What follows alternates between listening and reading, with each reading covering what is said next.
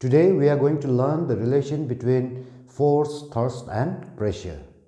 In my previous video, I have already done the definition of the force, characteristic features of the force and the types of the force. आजको भिडियोमा हामी force, thrust र pressure भन्ने के रहेछ, उनीहरुको how they are related त्यसको विषयमा गर्नेवाला छौं। मैले मेरो प्रिभियस भिडियोमा तिमीहरुलाई फोर्स भन्ने कुरो के रहेछ, फोर्स को क्यारेक्टर कस्तो हुँदा रहेछ र फोर्स कति प्रकारको हुँदा रहेछ त्यसको विषयमा हामीले गरिसक्यौं। फोर्स कुनै अब्जेक्टमा एप्लाई गर्दा कुनै पनि from any direction we can apply. For example, यो डस्टरमा I can apply force from any direction. यो डस्टरमा मैले फोर्स जताबाट पनि लाउन सक्छु, यताबाट पनि लाए, यताबाट पनि लाए, यताबाट पनि लाउन सक्छु, यताबाट पनि, यताबाट नि, यताबाट पनि। बुझ्दैछ हैन? या यसरी पनि लाउन सक्छु। On the applied force चाहिँ त्यो applied force को direction र surface of an object को सँग 90 डिग्री छ रे।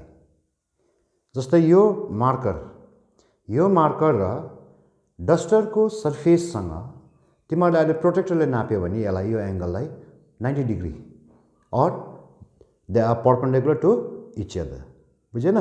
एक अर्कामा उ परपेंडिकुलर छ भन्नुको मिन्स उनीहरुको एंगल नाप्यो भने कति हुन्छ 90 डिग्री।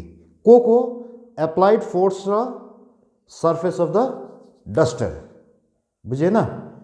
मैले अहिले के भने एप्लाइड फोर्स चाहिँ नर्मल अथवा 90 डिग्री अथवा परपेंडिकुलर छ to the surface of an object.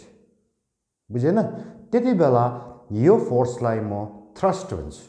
के भन्छु रे? थ्रस्ट। फेरि एकखेप बुझाइन्दैछु। यो जुन फोर्स चाहिँ you can apply to an object from any direction, जताबाट पनि एप्लाई गर्न सक्छौ। तर if the applied force is 90 degree or normal or perpendicular, यहाँ मैले एप्लाई गर्दा यो फोर्स एप्लाइड फोर्स को डाइरेक्सन र ऑब्जेक्ट को सर्फेस चाहिँ 90 डिग्री जुनलाई चाहिँ हामी परपेंडिकुलर अथवा यसलाई नर्मल पनि भन्छ, NORML. If the direction of the applied force is normal to the surface of an object, then such type of force is known as thrust. त्यति बेला हामी त्यो फोर्सलाई के भन्छौं? थ्रस्ट। फेरि एकखेप बुझ्ने कोसिस गरौं। मैले भनिहाले कुनै पनि अब्जेक्टमा फोर्स एप्लाई कुनै पनि डाइरेक्सनबाट हुन सक्छ। बुझेन? एउटैपट्टिबाट गर्न सक्छ भन्ने छैन। तर त्यो एप्लिकेसन अफ द फोर्स जुन छ, बुझ्दैन? त्यसको डाइरेक्सन र जुन अब्जेक्टमा फोर्स लाग्दैछ त्यसको सर्फेससँग, डाइरेक्सन अफ द फोर्स र सर्फेससँग चाहिँ 90 डिग्री छ भने त्यति बेला चाहिँ हामी त्यो फोर्सलाई हामी के मान्छौं? थ्रस्ट भनेर। खासमा फोर्स र थ्रस्ट एउटै हो। खाली सीधा लाग्दैछ अथवा नर्मल लाग्दैछ अथवा 90 डिग्री लाग्दैछ भने चाहिँ त्यति बेला हामी त्यही फोर्सलाई के मान्छौं? फेरि तिमीहरुलाई व्हाट इज थ्रस्ट भनेर सोधे अरे। कसैले सोधे थ्रस्ट भनेको के रहेछ भने तिमीहरुले मार्कर र डस्टर भन्ला नि। बुझ्दैन? यो मार्कर चाहिँ मेरो एप्लाइड फोर्स को डाइरेक्सन देखाएको, डस्टर एउटा अब्जेक्ट को एक्जाम्पल को लागि राखेको। उसो मलाई आशा छ थ्रस्ट भन्ने वर्ड जुन छ त्यो चाहिँ के रहेछ भनेर तिमीहरुलाई थाहा भयो। र यो थ्रस्ट जुन छ, यो थ्रस्ट चाहिँ केमा डिपेन्ड गर्छ भन्दाखेरि area, surface area of an object, surface area of an object, जुन अब्जेक्टको सर्फेस एरिया कति छ त्यसमा डिपेन्ड गर्छ। जस्तै मैले तिमीहरूलाई यो डस्टरले मैले एकपट्टि कम्पास राखेँ रे एकपट्टि डस्टर राखेँ रे, तिमीहरूलाई लु छान भयो छान केले चाहिँ घोचौँ भन्यो भने तिमीहरूले के छान्छ, डस्टर छान्छ कि कम्पास छान्छ? डस्टर छान्छ हैन, किनभने तिमीहरूलाई थाहा छ डस्टरले कम्ती घोचिन्छ भनेर, कम्पासले वारपार हुन्छ, दुख्छ, पेन हुन्छ, हो कि हैन? त्यो नगर्मी सँगै घोच्दाखेरि मलाई फिल हुँदैछ, सेम लाउँदैछु मैले, सपोज मैले फोर्स चाहिँ सेमै छ अरे, बुझेन? तर मलाई पेन चाहिँ कसले बेसी दिँदैछ? मार्करले दिँदैछ। किन मार्करले बेसी दिँदैछ भन्दा मार्करको थ्रस्ट बेसी रहेछ। किन थ्रस्ट बेसी रहेछ भन्दाखेरि मार्करको यो सर्फेस एरिया जुन छ एज कम्पेयर टु डस्टरको सर्फेस एरिया कसको ज्यादा छ? डस्टरको। डस्टरको ज्यादा छ, त्यसले गर्दा डस्टरले थ्रस्ट कम्ती लाउँदैछ मलाई, बुझेन? मार्करको सर्फेस एरिया कम्ती छ, बुझियो नि? यसको टुप्पा सर्फेस एरिया सानो छ, त्यसले गर्दा उसमा बेसी थ्रस्ट भयो। भन्नुको मतलब एरिया सर्फेस एरिया बढेछ भने थ्रस्ट घट्छ, सर्फेस एरिया घटेछ भने चाहिँ थ्रस्ट बढ्छ। फेरि इक्जाम्पल दिँदैछु, एउटा नेल काँटी यस्तै हुन्छ नि, यो काँटी चाहिँ तिमीले ठोक्दाखेरि यसरी ठोक्नु सजिलो कि यसलाई उल्टा पारेर ठोक्नु सजिलो? हामी काँटी ठोक्दाखेरि जहिले पनि उसको पोइन्टेड एन्डबाट ठोक्छौँ त, हैन? किन भन्दाखेरि यो नेलको अथवा यो काँटीको सर्फेस एरिया कम्ती भएको कारणले गर्दा तिमीले जुन फोर्स एप्लाइड फोर्स छ अथवा थ्रस्ट त्यो ज्यादा भेट्छ, त्यसले गर्दा यो ब्लक के हुन्छ? पेनिट्रेट भएर जान्छ, दुलो पर्दै जान्छ। तर हामी काँटी त यसरी ठोक्न सक्दैन नि त। किन ठोक्न सक्दैन? सर्फेस एरिया यो काँटीको ज्यादा भइदियो, ज्यादा भएको कारणले गर्दा तिम्रो थ्रस्ट के हुन्छ? कम्ती हुन्छ। थ्रस्ट कम्ती भएको कारणले गर्दा पेनिट्रेट हुनु सकिँदैन। भन्नुको मतलब थ्रस्ट चाहिँ केमा डिपेन्ड गर्दो रहेछ? सर्फेस एरियासँग। जति अब्जेक्टको सर्फेस एरिया कम्ती त्यो कारणले गर्दा थ्रस्ट ज्यादा हुन्छ, जति सर्फेस एरिया ज्यादा थ्रस्ट कम्ती हुन्छ।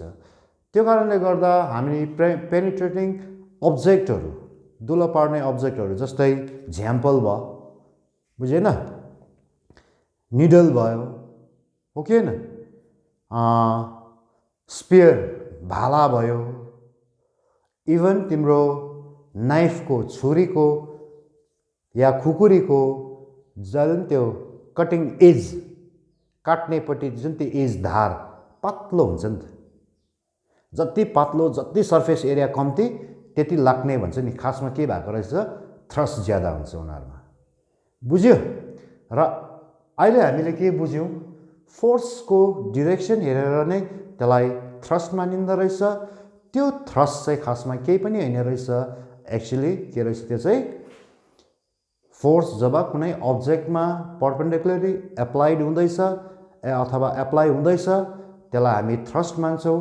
त्यो थ्रस्ट चाहिँ केमा डिपेन्ड गर्दो रहेछ भन्दाखेरि surface area of an object. How they are related? They are inversely related, indirectly भनौँ न related.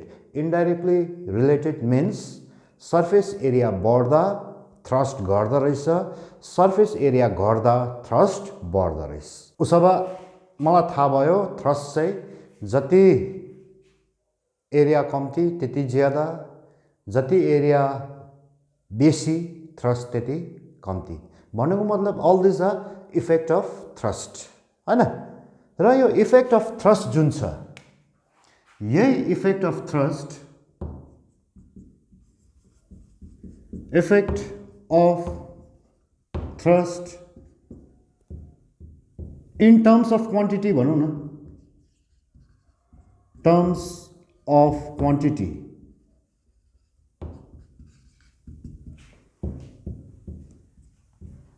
Effect of thrust in terms of quantity अघि मैले भने नि यहाँ घोच्दाखेरि मलाई यता दुख्दैछ बेसी यता उयो भएको भनेर हैन यता पेन भयो यता भएन भनेर कतिको अब त्यो क्वान्टिटी त्यहाँ मेरो थ्रस्ट कति लाग्दैछ त्यसलाई मैले एक्सप्रेस गर्नु हो भने द्याट इज प्रेसर अल्टिमेटली खासमा त्यो के रहेछ प्रेसर कुनै पनि थ्रस्टलाई तिमीले क्वान्टिटिभली तिमीले एक्सप्रेस गर्यौ बुझेन भन्यो भने त्यो चाहिँ हामी के मान्छौँ प्रेसर उसो भए प्रेसर भनेको चाहिँ खासमा के रहेछ भन्दाखेरि thrust or you can say force thrust र force त एउटै हो नि divided by area area भनेको surface area अघि मैले भनिहालेँ एक्चुअली प्रेसर चाहिँ के रहेछ थ्रस्ट पर युनिट एरिया कतिको फोर्स एप्लाई हुँदैछ युनिट एरिया भनेको you can take 1 centimetre cube 1 centimetre square or 1 metre square जस्तै यो 1 सेन्टिमिटर छ अरे यो 1 सेन्टिमिटर 1 सेन्टिमिटर 1 सेन्टिमिटर यति एरियामा कति चाहिँ फोर्स एप्लाई हुँदैछ त्यसलाई हामी प्रेसर मान्न सक्छौँ कोही बेला 1 मिटर पनि लिन सक्छौँ 1 मिटर पर युनिट एरिया भनौँ न पर युनिट एरियामा चाहिँ कतिको फोर्स एप्लाइड फोर्स कति छ त्यसलाई चाहिँ हामी प्रेसर मान्दो रहेछौँ र फेरि एकखेप बुझाइन्दैछु यही फोर्स चाहिँ डिरेक्सन हेरेर थ्रस्ट मानिँदो रहेछ यही थ्रस्टलाई तिमीले जब क्वान्टिटिभली एक्सप्रेस गर्छौ त्यति बेला प्रेसर हुँदो रहेछ र प्रेसर भनेको चाहिँ खासमा के रहेछ फोर्स डिभाइडेड बाई एरिया बुझे आज र आजको मेरो मेन इन्टेन्सनै त्यही थियो तिमीहरूलाई फोर्स थ्रस्ट र प्रेसर चाहिँ हाउ दे आर रिलेटेड एका अर्कामा कसरी रिलेसन रहेछ उनीहरुकोमा भनेर